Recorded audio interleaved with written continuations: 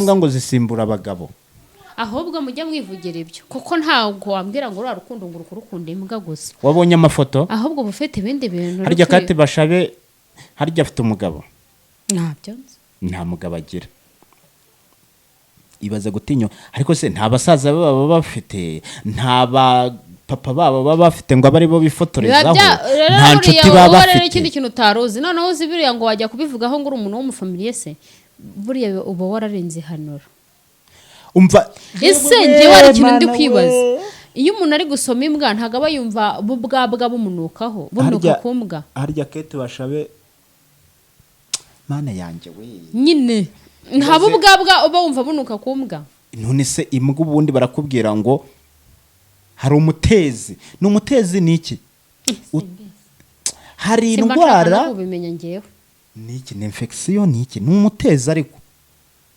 ni umutezi uterwa no kubana n'imbwa cyangwa n'ipusi akabira bivuga byo mu Burayi biba bisa neza dariho cya kibwa cya Kate Bashabe ukuntu ari ikizungu none sira niyo mu Burayi ko ari aba hano nyine gifite ubwoya bw'umweru ibyo gusa ariko niyo cyaba gisa gite ni imbwa nyine nta cyayibuza kuba imbwa nta cyayibuza kuba inyamaswa nk'izi buriya ngo isimbura umugabo yego reka ntangire mbasuhuza mbifurize kugira ibihe byiza ubwo nimwe mwamaze gukanda subscribe kuri K7 magazine ubwo kandi n'abatarayikandaho iki nicyo gihe kugira ngo bakandeho bajye babasha kubona ibindi biganiro tuzajya dukomeza kugenda tubashyiriraho iyi ni K7 magazine rero nge mugiye kubana muri iki kiganiro ni Kizo nkuko musanzwe mubimenyereye cyane mu biganiro dukomeza kugenda dukora mumaze kumenyera ko ntabandi ngenyine n'ubundi mba ndi kumwe na Grace reka ntangire rero muha ikaze hanyuma duhite twinjira mu kiganiro cyacu Grace ndakwakiriye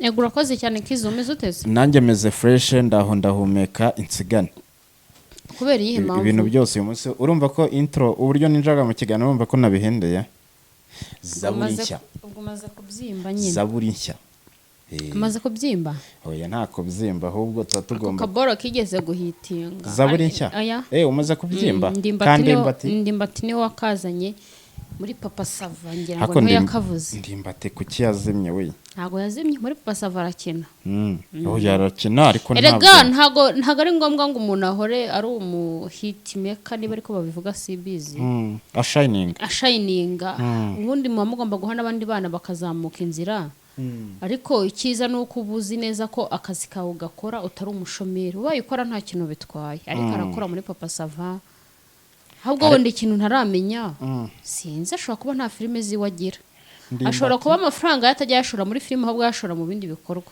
ndimbati afite akabari ashobora kuba afata amafaranga yakuye muri filime akayajyana mu bindi bikorwa we filime atarayishoramo umushinga nkuko turi kugenda tubona abo twari tuzi nk'abakozi b'abandi bari kugenda bo bakora ibikorwa byabo nyine bagashinga amafilime yabo bushatse kuvuga nde Madederi uzwi nako bamwita Crane ndera Crania irindi ndariyebagiwe uzwi nka Madederi nawe afite filime yiwe nshyashya akubukwe buza kuba yambaye impeta simbizi ntago ndabibo ako yagiye mu murenge ariko mu mariage menye itaraba mpiruka bamusereza ngo uriya mugabo nta buranga afite buranga niki na Sultani Makengara buranga niki nyine nta physical appearance nziza afite niko bavugaga ese Kizo kubera iki wowe wumva ko ibyo wishimira ari nako na Grace yabyishimira erega abantu turatandukanye ishumi uko umuntu agaragara ariko biba bigomba kuba byaga Madederi urabona mujya muteteshe ko yaba ameze kose apfa kuba wamukunze oya ngo karakaga sorry oya nakubwiye ngo uko yaba asa kose apfa kuba agize gute wamukunze ibindi byo biza nyuma dore ngo yareshyaga gutya ntako se si wamubonye ku ifoto yareshyaga gutya se turi kubireba akaba nasa gutya nta kibazo nta kibazo none wareba uriya mugore w'ukuntu asa ukabona ni ibintu bigize nibyo Madederi yamukundiye none se mvuze kubera iki wumva ko wowe ushobora kuba wakunda nk'uko wakunda nyine twe tubizi ko twebwe twari twiteze ko nk'umuntu w'umusitari nyine aba agomba kugenda n'ubundi akirobanurira ese wowe mu Rwanda nize ko ujya ubona zigukurura njyewe ujya kuvuga The Ben na Pamela aya The Ben ni munini cyane kurenza umugabo. Pamela se wese munini se afite nyaje. The Ben abyibushye mu Zira nyashe gatuza. ze buriya nta nubwo nzi. The Ben abyibushye mu gatuza na Pamela akabyibuha hasi. Urumva rero ko ni ibintu bijyanye. Dore couple nkunda Knowless na Clement. Ngo buriya nashakishije umugore umeze nka Knowless. ngiye nkunda iriya couple iherutse gukora ubukwe. Iriya ya Naomi. Naomi na Michelle na Michael. None nkakunda iriya couple ya Muyango na Kimenyi. Oya baratandukanye. Ntago bizi. Brian ngo yaramuraruye. Ntago biza yo namakuru ya Yago kandi Yago ibyo avuga nta wabyizera. Ako garareka nkwibarize nanjye akakabaza. Yago mu Rwanda n'uwa Uganda batandukaniye. Erega bagomba gutandukana kubera ko yavuye mu Rwanda yagiye Uganda. Agomba kuba nyine umunya Uganda. Umwiza n'uwuheze. Jewe Yago ntago nigeze nkurikirana cyane diruze. Ariko nyine Yago akiri mu Rwanda wabonaga ko ari umwana nyine wo mu Rwanda ufite ikinyabupfira ufite discipline usa neza. Ariko yageze Uganda yahise aba nka wa muhanzi watabarutse. Inde? Umwe watabarutse harya witandera Radio. Radio naranamufanaga cyane naramukundaga. Babaye kimwe gute? Nyine usigaye ubona basa. Usigaye ubona basa ariko Radio nawe ntago yasaga nabi. Ahubwo buriya rero ikintu ibura kiba kiri kutubaho nuko tuba tutarabyakira. Ya shusho ya mbere yari afite ikiturimo ariko ko tuzagenda tubimenyera tuzabona uramusatsi umubereye tuzabona kwirabura bimubereye ariko nanone buri abantu batari babizi buri Uganda haba amazi atuma umuntu yirabura. Kandi haba ubushyuhe. Haba ubushyuhe bwinshi cyane kuhabona gakonje biragoye kubera ko haba abantu benshi haba ibinyabiziga byinshi. Ubwo rero noneho hakubitiraho n'ibibaba bigahita biba ibindi bintu. Ubwo uri gushaka gusobanura ko yagose ubwo yahindutse amazi y'Uganda yamuhinduye. Nyine afite byinshi byamuhinduye ariko nayarimo kuko ndabizi ko Uganda haba amazi atuma umuntu ayirabura. Nuko rero baravuga ngo ntandi wisakuriza ubusa ku musozi. Ubwo rero ya couple yawe nibyo twari dukomojeho hari amakuru avuga ko nyine ngo nta makuru ntago muyazi kuko ntago muzi ko mu rukiko harimo divorce harimo impapuro za divorce. Ni bimwe gutandukana ni ngombwa divorce. Ni bimwe byanyu kandi rega jewe. Nta n'igitangaza mbibonamo. Utekereza ko niba hasohotse video umugore wa president ari kumuha urushyi utekereza ko ngiye noneho nzamukorera iki? Niwe nagafatiyeho urugero. Nde? Sibyo mu president Makoro. Yego niwe nagafatiyeho urugero. None umugore yamuhaye urushyi rumwe rutwika gusa ubwo wambwira ngo nge nzakora iki? Ingo z'iki gihe ziri mu manegeka kizo.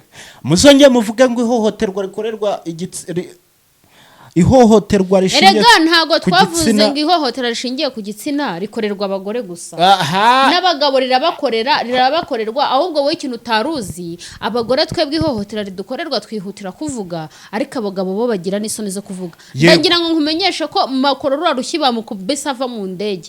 Iyo baza kuri umukubita abari ahantu hiherereye nta kamera ziriho. Nta nubwo mwari kuzabimenya. None se twabibwirwa niki? Ntabwo yagombaga kuza kurega. Kandi wabonye ko banamukubita urushyi. Ariko baraye. Kizuzi ko ubu ngubu tuvuge wowe uri umugabo wanjye nkagukubita urushyi. Umva wazajya undeba ukavuga uti karabaye. Wakumirwa. Nta n'umuntu wo mu muryango wabibwira wagira isoni. Ariko ngewe nkubise urushyi. Ukarunkubita rimwe kabiri gatatu nkabona ko wenda bitangiye kuba akamenyero. Ikintu cyabaho ni ugutangira nkabibwira abagore duturanye nkabibwira famiye nkabibwira abantu ba hafi ejo bikazarangira mbijyanye no mu buyobozi ariko umugabo kumukubita ukambwira ngo azapfa kubijyana mu buyobozi aratangira agatekereza ati ejo abantu bazumva ko umugabo yankubise nako abantu bazumva ko umugore yankubise bazavuga ngo iki hato abantu ntibazavuga ko ndimbwa hato abantu ntibazavuga ko bampayicishwa haniba umugore ankubita. Ibyo rero byose ni ibintu bituma abagabo bakorera ihohoterwa mu rugo badashobora no kuba bavuga ko abagore babo babahohotera. Ariko rero kugendera kuri ngo ndi umugabo. None se Kizo wowe iyo ubigitekereje ukumva ko ngo umuperezida ngo umugore we yamukubise urushyi ngiye numiwe. Ngewe rero reka nkubwire nkimara kubona ko na perezida akubitwa n'umugore we nahise mvuga ni ubu noneho abagabo bahaguruke, babagabo bakubitwaga n'abagore bahaguruke nabo bagende bagire bate batanga ikirego, kuko ikigaragara cyo niba perezida yakubiswe urushyi n'umugore we, ngewe rubanda rugufi ubwo noneho nkubitwa bingana iki?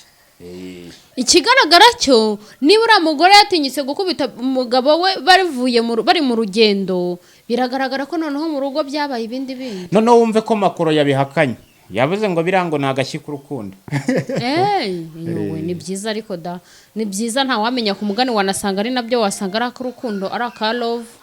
Ntago nanone twajya kubisesenguraho cyane, kuko ngo nta muntu ugisesengura perezida kirazira. Nta wamenya, wasanga ari agashyi k'urukundo, ariko nanone mwa bantu mwe tujya tuvugisha ukuri, ntago kaba ari agashyi k'urukundo ngo kuri akuboko ukuntu yakubanguye, njye ntago nabibonyemo agashyi k'urukundo pe. Ntago biriya bintu nabibonyemo agashyi k'urukundo bitewe n'ukuntu ukuboko yakubanguye, njye nabonye wagira ngo yamukubise amaboko yomberega. Noneho Ama-G yaravuze ngo umugabo ukubita umugore ngo aba ari imbwa, naho umugore ukubita umugabo ngo umugore ubwo aba yakubise imbwa. None si byavuze sokore, none si ubwo ngambi mpurize na karaka video. Ntago ushobora ngo nitabane imbwa ndakwiyamye. Oya nyine, oya ntago wenda turi buvuze. Uko yabivuze ni yarabivuze nyine. Ntago wenda bizumva uko ushaka. Ariko njye ntago njya kubihuza n'ira video, mbabarire. Oya ntago wenda turi bubihuze. Oya mbabarira, njye ntago uruko ugushukana kwanyu ndakuyobewe. Oya n'urugero. Oya nta rugero nshaka gutanga aho ngaho. Umva garase. Aho ngaho nta rugero. Urumva nyine wenda urajya gutanga urugero ku muperezida wo mu Bufaransa Macron. Oya nese ko bamukubise. Wenda ntuvuge. Nta kibazo. Okay. Yabasobanuriye ko ari agashyi k'urukundo. Ubwo rero mugomba kubifata nk'agashyi k'urukundo, nta bindi tugomba kurenzaho.